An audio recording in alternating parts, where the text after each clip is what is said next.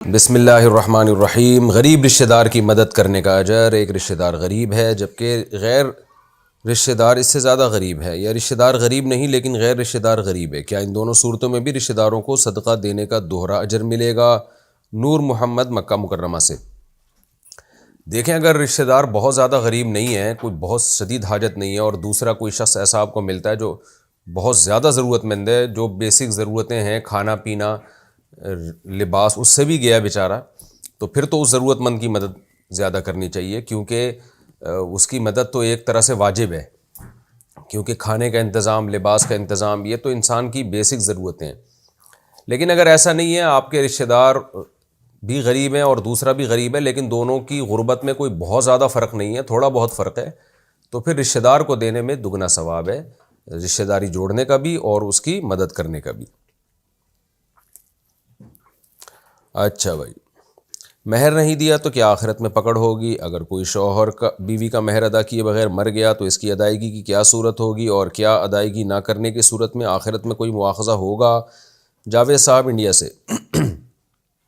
دیکھیں، اگر بیوی کا مطالبہ تھا نا کہ مہر دو، اور وہ راضی نہیں تھی اس پر کہ شوہر نے کیوں مہر رکھا ہوا ہے اپنے پاس، اور مطالبہ کرتی رہی اور شوہر ٹال مٹول سے کام لیتا رہا، تو پھر تو یقیناً آخرت میں شوہر سے مطالبہ ہوگا، الا یہ کہ بیوی معاف کر دے۔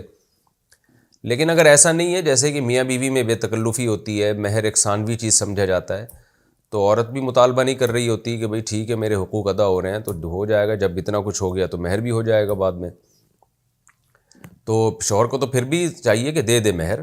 لیکن اگر بیوی کی طرف سے مطالبہ نہیں ہے اور کوئی دل کی خوشی سے اس نے چھوڑا ہوا ہے، تو ایسی صورت میں اگر شوہر مر جائے تو اللہ سے امید کی جا سکتی ہے کہ انشاءاللہ آخرت میں مطالبہ نہیں ہوگا، اور اس کا آسان حل یہ ہے کہ شوہر کی وراثت میں سے پہلے اس کی زوجہ کا مہر نکالا جائے گا، اس کے بعد بقیہ وراثت تقسیم کی جائے گی۔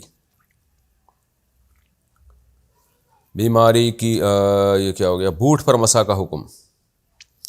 وضو کے بعد بوٹ پہن لیے تو دوسری نماز میں بوٹ پر مسح کر سکتے ہیں یا صرف موزوں پر ہی مسح ہوتا ہے؟